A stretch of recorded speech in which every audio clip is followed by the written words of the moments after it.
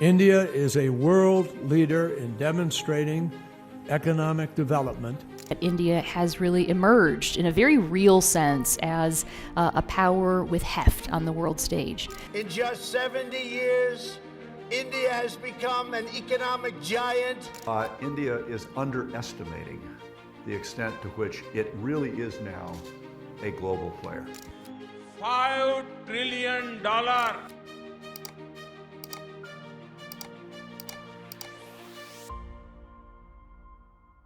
India certainly has the potential to become a powerhouse on the world stage. But while its global economy continues to expand, why can't India's economic success match China? In this video, we take a look at India's economy, the structural issues holding it back, but also the potential paths forward that could provide a brighter future. From the outsourcing revolution to racking up debt, have a gander at everything we need to know about India's economy, and make sure to watch until the end to find out how India can really rival China today. India, one of the world's largest economies and soon to become the most populous nation on the planet. With a youthful and productive workforce that can make the most of unscheduled events from abroad, India is well positioned to take over China's mantle as the workshop of the world. This could see them reap rewards in line with their plan for a $5 trillion economy by 2025. Can they do it? While China is not yet wealthy, its successes in the last 3 decades have done a world of good for humanity on a human level. But can India become the next economic superpower? What could it use to grow its economy and rival China and the USA? And what obstacles may stand in its way? Is India ready to take on this ambitious goal and continue to help millions out of poverty? In the early 1990s, India's trajectory changed drastically as its economy transitioned from a hybrid of the Soviet-style centrally planned system and British colonialism's free market economy. But due to an international debt crisis brought on by a lack of foreign trading partners, India only narrowly avoided bankruptcy thanks to an emergency loan from the IMF. To bring the economy back from near death, India was given a list of policies designed to open it up to trade and private businesses, including protectionist policies such as import taxes or quotas. These aren't all bad though. Sometimes governments put them in place for local industries in order to keep them safe and give them an advantage. Indian car makers have the potential to protect their industry by instituting an import tax on foreign cars, incentivizing people to buy domestic options even if they're not as good. This could help keep the local car makers in business while people continue to get jobs.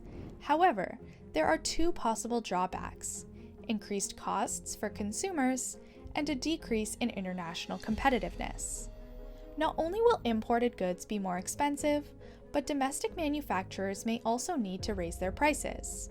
This could work out if it results in higher employment and self-sufficiency, but it will make exported goods less cost competitive, which will show up as price inflation in domestic markets. We can already see the impacts of trade restrictions with the Russia-China sanctions situation, which serves as a prime example of how severe trading restrictions can affect an economy's ability to export. But Somalia serves as a dramatic example of what happens when cost efficiency is the only measure of success for an economy. The end result is that protectionist policies have pluses and minuses that need to be carefully weighed before implementation. On one hand, it can lead to increased employment and improved self-sufficiency within a given market, while on the other hand, price increases, decreased international competitiveness, and economic volatility are all risks associated with using protectionist policies as a means of protecting a domestic industry. A car company that makes subpar vehicles so it can only sell them at home because of imposed tariffs? Yeah, good luck trying to market those abroad. Not only is the economy missing out on making an export market, but protectionist policies will never be as beneficial for job creation in the long run. Luckily, there's a better way to promote local industries: subsidies. Grants, tax breaks, direct payments, or secured purchases from the government. That's how America encourages its farmers, ensuring sustainable employment and food security. But keep in mind, subsidies don't make things cheaper for consumers. The taxpayer is still paying more than they would with import taxes, whether it's through increased prices or taxes. When it comes to protectionist policies, their implementation always creates inefficiencies and often prevents economies from flourishing.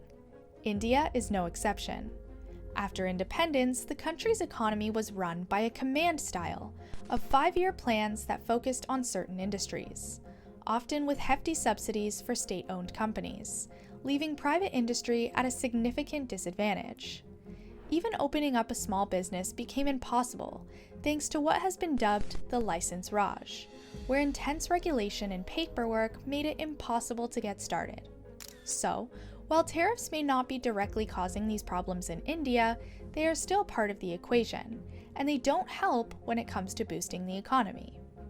The phrase license Raj might not be the most palatable, but that's what everyone calls it, a nod to excessive government control over business activities, which resembles India's oppressive British rule. It's true that regulations and licensing serve an important purpose. However, in India's case, they became overly burdensome and restrictive to the point of hindering entrepreneurship. So much for progress. Navigating India's license Raj was no easy feat. You'd need an army of lawyers and possibly even bribes to get your business off the ground. It's not surprising that small businesses could fly under the radar, but international companies were in over their heads when it came to this oppressive system. It seems like the only way out was to break some rules. Luckily, the license Raj era ended in 1991. The results of freeing India from its oppressive economic regulations speak for themselves. The country's GDP has more than doubled in the last 3 decades. This is likely due to India becoming a great place for businesses, not only because of its English-speaking population, but also because it provides a neutral language for international business agreements. Call centers in India provided a lot of value to the country, but they were only a temporary solution. Economics at its core is an exploration of how people can create and use things of value. Countries tend to find wealth by mining resources, but that's not suitable because it's limited by finite materials. Resource extraction is great for a few people, but not so much for the majority of the population. The lack of manpower to extract resources means that margins are high for those in control, and there's a big potential for exploitation. If you look at the list of countries with the most oil wealth, it's clear that natural resource wealth doesn't always lead to economic prosperity. Smart countries can add value by taking raw materials from abroad and converting them into components or products through manufacturing. This creates more jobs overall, leading to a middle class that's more difficult to exploit. Plus, unlike resource extraction, manufacturing does not latch onto a finite pool of resources and can be sustainable if material imports stay consistent and there is a strong international demand for the products produced. But without inputting some advanced services like research and development, design, and marketing into the mix, manufacturers risk getting stuck in an endless race to lower prices while still making a profit. Companies like Apple and Samsung take advantage of outsourcing to tap into countries with cheap labor and lax manufacturing regulations. This can be a great way to make money, but it creates an unsustainable economy that relies heavily on exploitation of the workforce. However, outsourcing can act as a stepping stone towards economies that thrive off services such as education, banking, and more. Services form the basis of every advanced economy, since they're sustainable and increase profits in other sectors too. Service industries are the ultimate key to economic prosperity. Imagine 2 countries, one focused solely on manufacturing and one with a strong service industry. In the first country, infrastructure is heavily invested in to make it easy to bring materials in and ship products out. This makes them an attractive option for international companies looking for cheap labor and lax regulations, though their success may ultimately lead to higher wages for their workforce. In comparison, the latter country has a factory as well as vibrant services that include research and development, design, and marketing departments. The upshot? Quality products that fetch premium prices due to their strong designs and marketing strategies, creating a flow-on effect that raises the incomes of everyone in the economy. Manufacturing employees are now more highly paid to produce even more intricate and valuable items. Before we get to how India can become bigger than China, take a second to subscribe to this channel if you're finding value. Thanks a bunch! When it comes to global competition, most would say that India's biggest rival is China. However, they are competing in different markets, services as opposed to Chinese manufacturing. While Chinese businesses pose a threat due to their low labor costs and lax regulations, English is not widely spoken, and the business culture vastly differs from the West. India, however, has seen great success since its license Raj was removed in the early 1990s, making it a hub for outsourcing services like call centers. Comparing these two industries side by side reveals just how hard it is to transform factory floor jobs into something more than manual labor, unlike service-based tasks that can be upgraded with training and experience. India not only offers more sophisticated services than those customer call centers of yesteryear, but it's also a go-to destination for activities such as accounting, engineering and design, and even legal services. Featuring manpower that is both cost-effective and hard to beat, India is poised to steal away a great deal of manufacturing work from China and benefit from it in the process, until another country comes along with cheaper resources. However, its special ability to become an integral service hub could easily make India one of the world's leading economic powerhouses in the coming years.